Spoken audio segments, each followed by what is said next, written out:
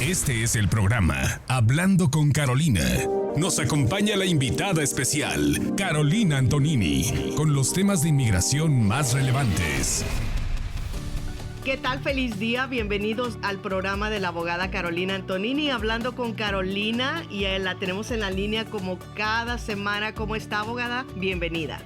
Hola, gracias. Estoy muy contenta de estar contigo otra vez para hablar acerca de inmigración, el tema que nunca termina y que nunca deja de sorprendernos. Y yo creo que es bueno que hablemos acerca de lo que está pasando en la inmigración últimamente, ¿verdad? Las noticias que están cambiando diariamente, y lo decimos, diariamente, abogada. Es difícil porque me siento media tonta. Alguien viene a mi oficina una semana y le tengo que decir una cosa, y después la semana que vienen y me contratan y es una cosa completamente diferente. Y tú sabes, es extremadamente frustrante. Es muy importante que las personas mantengan flexibilidad, entiendan de que las cosas van a cambiar, se mantengan al tanto de los cambios.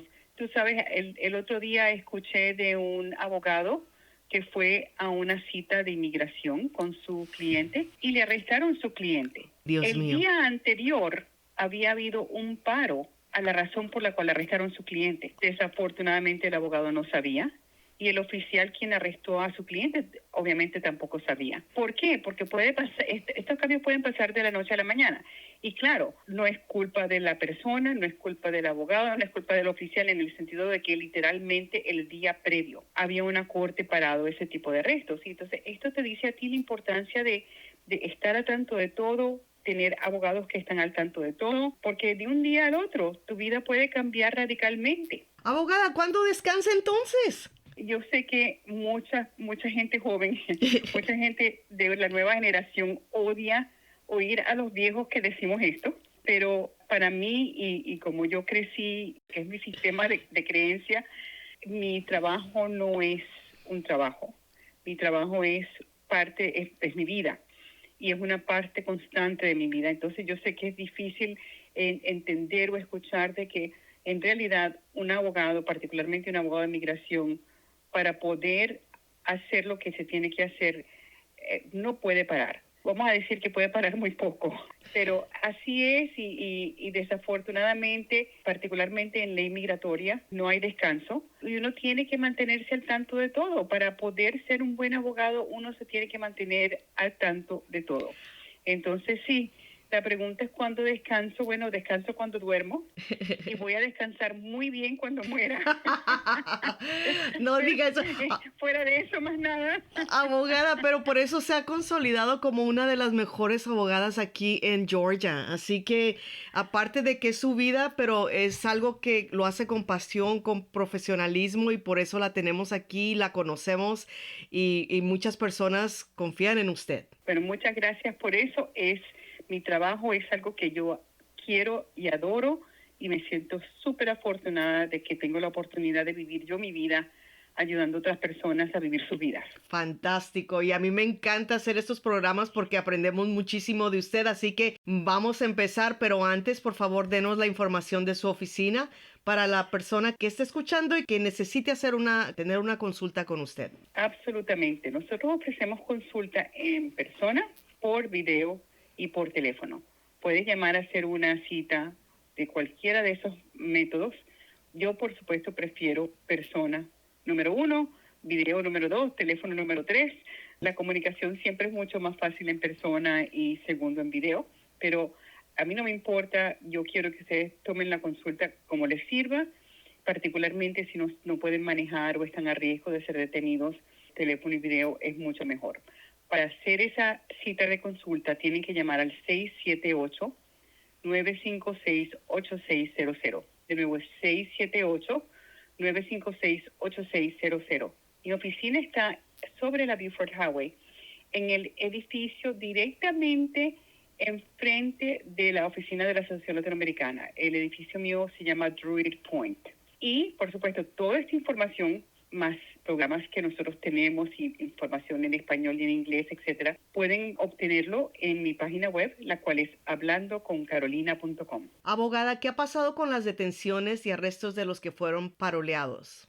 Sí, entonces la última vez nosotros hablamos de personas que van a su corte y de repente salen detenidas, o personas que inmigración detiene y de repente los jueces dicen que no pueden darle fianza. Y esto tiene que ver con el hecho de que de repente, en un cambio radical, el Departamento de Homeland Security, los fiscales de ICE, han empezado a argumentar que una persona que entra ilegalmente y los arrestan en la frontera y los sueltan después, así sea con parol o sin parol, no son elegibles para una fianza, no son elegibles para un proceso de deportación, tienen que ser todos deportados por la deportación expedita y únicamente pueden quedarse a pelear su caso si pasan una entrevista de miedo creíble. Y te voy a decir que esto es un argumento no solamente no basado en ley, sino que es un argumento contrario absolutamente de los argumentos que ellos han hecho consistentemente todos estos años, incluyendo argumentos que ellos han hecho en el pasado a la Corte Suprema. Entonces, lo que ha pasado con esto, bueno, una de las muchas cosas que ha pasado, pero la que más vale la pena mencionar, es el caso de personas quienes entran por la frontera y le dan un parol para salir de detención. Hay una demanda contra la secretaria Noem, se llama Chirla contra Noem. Y esa demanda, la Corte Federal ha puesto una pausa por ahora temporal, a la nueva política de la Fiscalía del ICE, diciendo que las personas que entran por la frontera y después son soltados en parol, no pierden la habilidad de ir a ver a un juez y no pueden ser puestos en proceso de deportación fronterizo automático. Y esto es un alivio muy grande porque muchas de las personas que estaban siendo detenidas en la corte, al salir de la corte, eran personas como esta, personas donde iban a su corte, la fiscalía decía que querían cerrar el caso para que los pusieran en proceso de deportación expedita fronterizo y por eso los estaban esperando los oficiales de ICE en el elevador. Entonces, esto es un buen camino, es un camino temporal. Esto es un paso afirmativo hacia corregir el rumbo de los fiscales de inmigración, quienes ahora están argumentando algo que, en mi opinión, la ley no apoya y que es absolutamente lo absoluto contrario que han argumentado todos estos años, incluyendo los argumentos que han hecho ellos mismos a la Corte Suprema. Claro. También hemos hablado del TPS en otros programas. ¿Qué ha pasado con el TPS de Honduras, Nicaragua y Venezuela, abogada? Sí, tú sabes, el TPS es una de esas cosas donde algunas veces hay ganancias, Sí. otras veces no hay ganancias. Justo cuando algo va a pasar, pasa algo diferente. Entonces, sabemos que el TPS venezolano del 2023 murió. Sabemos que murió y sabemos que la demanda de ese TPS fue básicamente anulada por la Corte Suprema. Y el TPS venezolano versión 2023 ya no está y yo no pienso que hay litigación sustancial cual vaya a cambiar eso. Eso nos deja con el TPS del 2021. Esos son los venezolanos que se montaron en el TPS de inmediato y tienen el TPS desde el 2021. Ellos tienen su TPS hasta septiembre 10 del 2025. En este momento no hay ningún tipo de demanda sustancial o resultado, mejor dicho, de demanda sustancial que yo puedo reportarles, pero eso tiene que ver con el hecho de que no estamos cerca de septiembre 10. Los salvadoreños, yo sé que no me preguntaste de los salvadoreños, pero vale la pena decir que los salvadoreños todavía están en TPS, no ha pasado nada nuevo. Ellos hasta ahora tienen su TPS hasta septiembre 9 del 2026 y no ha habido ningún tipo de movimiento o de rumor de que piensan quitar el TPS a salvadoreños. Y muchos de nosotros tenemos la idea de que El Salvador va a mantener su TPS siempre y cuando los Estados Unidos y Bukele están negociando y ayudándose. Ya veremos qué pasa el año que viene, porque con este presidente las cosas pueden cambiar de un momento a otro. El TPS hondureño y nicaragüense, el cual la secretaria Noem mató, hubo una demanda en California. Y el juez en California paró o pausó el terminar ese TPS hasta noviembre 18 del 2025. Y eso es una pausa para poder tener la audiencia de la litigación que se hizo a favor de los TPS hondureños y nicaragüenses. Este paro que hizo el juez federal en California ha enfurecido a la secretaria Noem, ha puesto un anuncio en UCIS tan fuera de propiedad para un gobierno. Y por supuesto el gobierno está tratando de obtener el mismo resultado con esta demanda que obtuvo en el TPS de Venezuela del 2023, aunque estos dos tipos de TPS son extremadamente diferentes en el sentido de la cantidad de personas que se habían beneficiado, que habían aplicado y los derechos que se habían fomentado. Entonces, para lo que es Nicaragua y Honduras, todavía estamos bien hasta noviembre 18 del 2025. Ya veremos qué pasa en litigación. El Salvador está bien hasta septiembre 9 del 2026. Vamos a ver cómo salen los aires del mar de aquí a allá. Los de Venezuela 2021 están bien hasta septiembre 10 del 2025 y ya veremos cómo salen los mares en ese momento. Estamos muy cerca de septiembre, abogada. ¿Qué podría pasar si el TPS se acaba completamente para los de Venezuela del 2021? Vamos a asumir que septiembre 10 viene y el TPS se acaba y ninguna litigación para el hecho de que se acaba, no extiende la fecha ni nada de eso. Vamos a asumir que cualquier TPS se para y se para hoy. Y ya no hay litigación, ya no hay nada que hacer. Hay un periodo de gracia después del que se termina el TPS de 60 días. Ese periodo de gracia significa que una persona con TPS tiene 60 días más para quedarse en los Estados Unidos. La idea siendo que esos 60 días son tiempo que la persona utiliza o para hacer algo con su estatus o para acomodar sus cosas e irse. Entonces, esos 60 días no son una extensión del permiso de trabajo, no son una extensión de la licencia. Todo lo que es que la protección, lo que para a que tú seas arrestado del TPS, se extienden por esos 60 días y al final de esos 60 días ya no tienes protección. Entonces, ¿qué pasa cuando un TPS se acaba? Es que automáticamente se va a ese periodo donde la persona tiene que determinar qué puede hacer. Y hay muchas cosas que muchas personas del TPS pueden hacer y todavía me sorprendo casi a diario en mi oficina de la cantidad de personas que vienen para acá, que han podido haber hecho algo hace 1 año, 2 años, 3 años, 5 años y no lo han hecho. Y ahora están o en una situación peor porque no hicieron nada y a lo mejor están en proceso de deportación o tienen orden de deportación. O, por supuesto, ahora van a aplicar para algo, pero no bajo cualquiera de los presidentes previos. Ahora lo va a hacer bajo este gobierno. Pero en esos 60 días, antes de estos 60 días, todas las personas que están aquí con TPS ya deberían tener un plan para saber qué va a pasar si la persona es arrestada, qué puede hacer un abogado, cuáles son los alivios disponibles, si hay argumentos que se pueden hacer, si hay algo que se puede aplicar ahora en vez de esperar hasta el último momento. Y yo entiendo que es difícil ponerle prioridad a asuntos legales, porque los asuntos legales cuestan, pero hay que siempre mantener en mente que mientras más abandonas tu caso, más vas a pagar, porque la cosa se va a empeorar. Y los casos legales que se empeoran son más caros, porque requieren más trabajo, más riesgos, etcétera. Y que tienes que darle prioridad a esto, porque si tú pierdes esto, no puedes vivir aquí. Abogada, hace mucho tiempo que no hablamos acerca de las personas que tienen DACA. ¿Por qué el gobierno les está enviando un mensaje de que se autodeporten? ¿Qué debe hacer un DACA?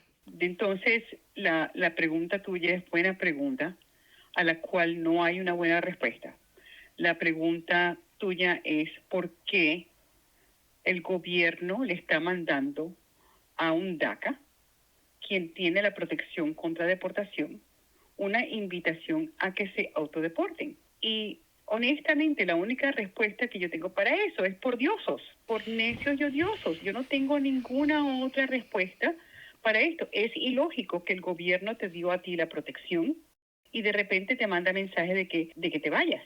Número uno. Número dos, nadie debe irse sin primero hablar con un abogado, particularmente un DACA. El problema con este tipo de mensajes que estamos recibiendo del gobierno es que todos estos mensajes están diseñados para básicamente tortura emocional, tortura intelectual, porque la persona tiene DACA. La DACA es una acción deferida. Si ellos quieren quitarle la DACA a las personas que tienen DACA, tienen que utilizar litigación. Lo que ellos están cruzando los dedos es que a cierto porcentaje de los DACAs los puedan asustar o los puedan intimidar o les puedan quitar esperanza. Y esto especialmente, o sea, imagínate que tú tienes DACA y tú estás aquí sin saber cuál es tu estado legal, qué va a pasar con tu vida, y vamos a decir que tú sufres de ansiedad o tú sufres de depresión. Este tipo de mensaje puede causar que una persona como tú empaque y se vaya, sin entender lo que está dejando atrás y sin entender que las promesas de esta gente de que vas a poder regresar son mentiras, porque requieren un cambio de ley sustancial y esta gente ni siquiera puede cambiarse las medias. ¿Cómo van a cambiar la ley? Entonces, si tú eres DACA y te estás recibiendo estos mensajes, yo te imploro a ti, mi recomendación más fuerte es que tú no tomes decisión sin primero informarte. Informarte no haciendo un Google, no viendo lo que dice la internet, no hablando con tu vecino, no tomando una decisión con tus padres.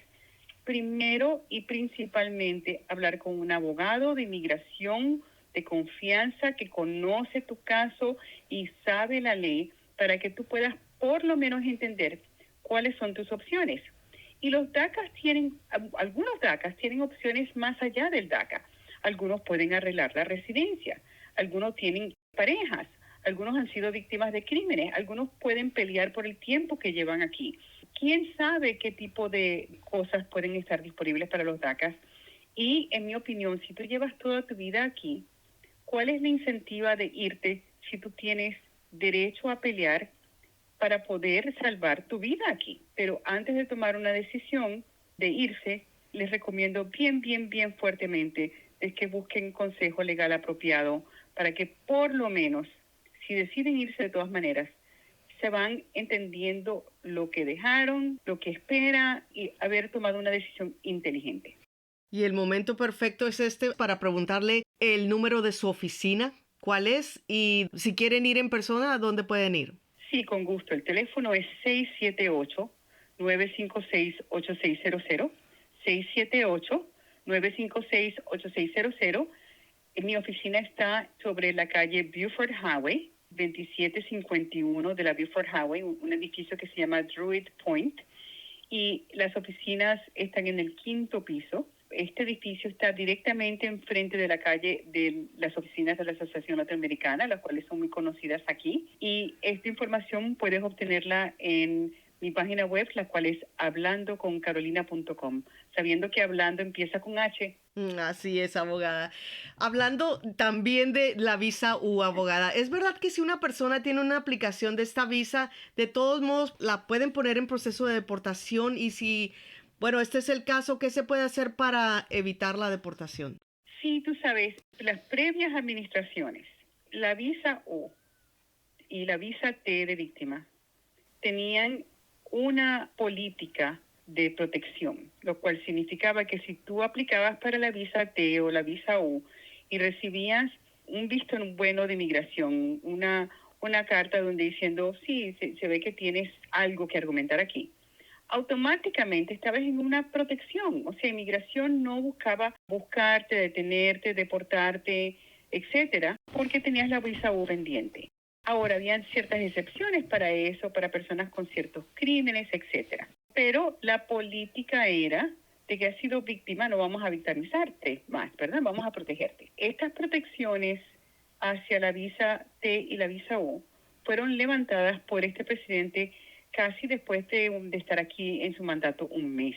Y eso significa que una persona que tiene una aplicación de visa T o de visa U no tiene una protección de deportación o de ser puestos en proceso de deportación.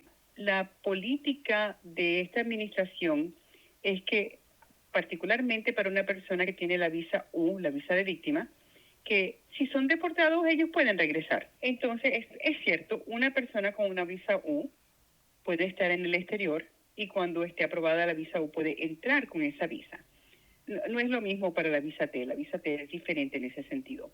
Pero el punto es que la visa U toma años y que la persona normalmente está aquí con su familia, y tiene trabajo, tiene vida, tiene protección. La idea de que está bien o es aceptable enviar víctimas de crímenes americanos a su país a que sufran mientras se le decide si le dan o no le dan la visa U es súper cruel. Entonces, la respuesta es sí, si tú tienes una visa U pendiente o una visa T pendiente, antes de que seas otorgada, inmigración puede ponerte en proceso de deportación. Si tú tienes ya una orden de deportación, sí, bajo esta administración, ellos pueden buscarte y sacarte del país. Ahora, el hecho de que pueden ponerte en proceso de deportación no es punto y aparte.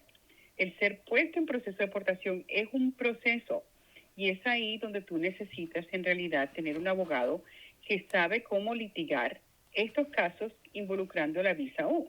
Por ejemplo, en nuestro circuito hay un perdón que yo le puedo pedir a mis clientes quienes están en proceso de deportación y tienen una visa U pendiente, donde un juez puede perdonar o preperdonar su presencia ilegal, por ejemplo, y dejarlos que se queden aquí.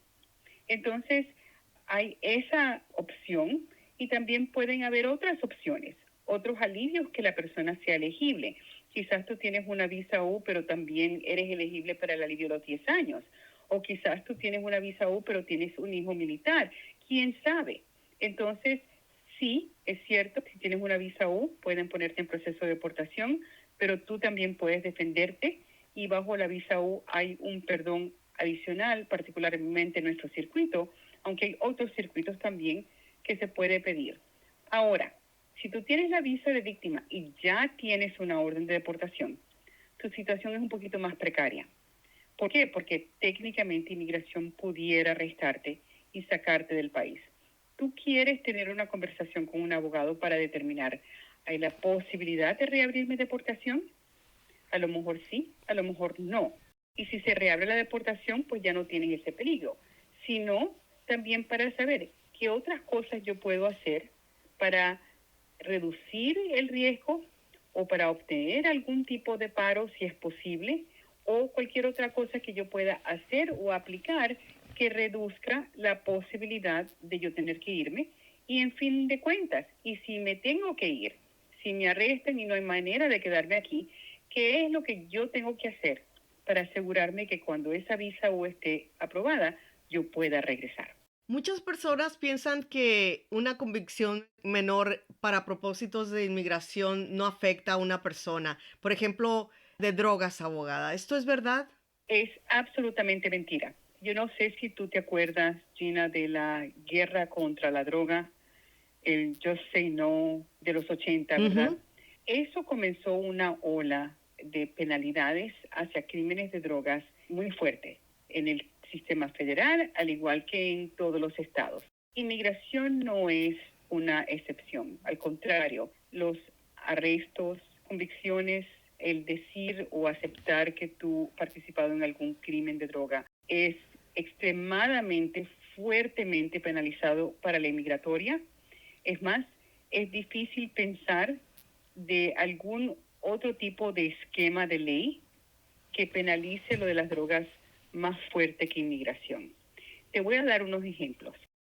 Vamos a decir, por ejemplo, que tú quieres aplicar para la residencia, pero tú hace 20 años tienes un arresto y convicción por, vamos a decir, simple posesión de marihuana. Y tú dices, bueno, pero eso no fue nada. Bueno, todo depende. Si la posesión de marihuana fue menos de 1 onza, tú puedes pedir un perdón, pero únicamente si eres perdonado puedes arreglar. Pero si la convicción fue por cualquier monto más de 1 onza, tú nunca, por el resto de tu vida, puedes obtener la residencia. Si tú eres residente permanente ya y tienes una convicción de simple posesión de marihuana menos de 1 onza, una nada más, pasas. Pero si tienes 2, ya no pasas. Si tú quieres arreglar la residencia y tienes una convicción por simple posesión de cocaína, por ejemplo, tú nunca arreglas. La gran mayoría de crímenes de drogas, si no casi todos, van a terminar con la persona o siendo descalificada permanentemente o van a terminar con la persona siendo puesta en proceso de deportación y teniendo que pelear. Las personas que ya tienen la residencia tienen más posibilidad de pelear que una persona que no tiene la residencia. Para las personas que están buscando la residencia, cualquier crimen de droga, menos de una simple posesión de marihuana, menos de 1 onza, el cual requiere un perdón. Cualquier otro tipo de crimen de droga ilegal hace que la persona nunca pueda arreglar. Las convicciones de drogas, aunque sean convicciones menores, tienen un impacto en todo lo que tú hagas de migración, en tu habilidad de hacerte residente, de mantener tu estado legal, mantener tu TPS, de hacerte ciudadano. Es súper, súper serio. Si tú eres arrestado por cualquier cosa que involucre drogas, tú tienes que asegurarte que tu abogado penalista esté en cooperación con un abogado migratorio para asegurar que el resultado que ocurra de tu caso no termine siendo básicamente la muerte súbita, ¿verdad? De inmigración, donde tú más nunca vas a poder ni vivir aquí, ni arreglar aquí, ni hacer nada aquí. Qué cosas. Bueno, definitivamente se necesita un abogado como usted para que nos guíe, para que nos diga qué es lo mejor que se puede hacer en nuestro caso. Abogada, se nos termina el tiempo. Muchísimas gracias por estar con nosotros. ¿Algo más que quiera agregar? Sí, recuérdense que todo lo que está haciendo este gobierno es en parte grande una campaña, en mi opinión, de terror. El no soltarte récords, el bloquearte récords, el decirte que te autodeportes, el decir vamos a, tú sabes, cárcel en Florida, el mandar personas a El Salvador, al SECOT, el amenazar a las personas, el quitarle las protecciones a las víctimas. Todo esto es una campaña de terror. Oh, sí. Y la campaña de terror algunas veces o muchas veces está basada en mala información y donde ellos están contando mal qué es lo que en realidad dice la ley y no te están diciendo apropiadamente cuáles son tus derechos. Uh-huh.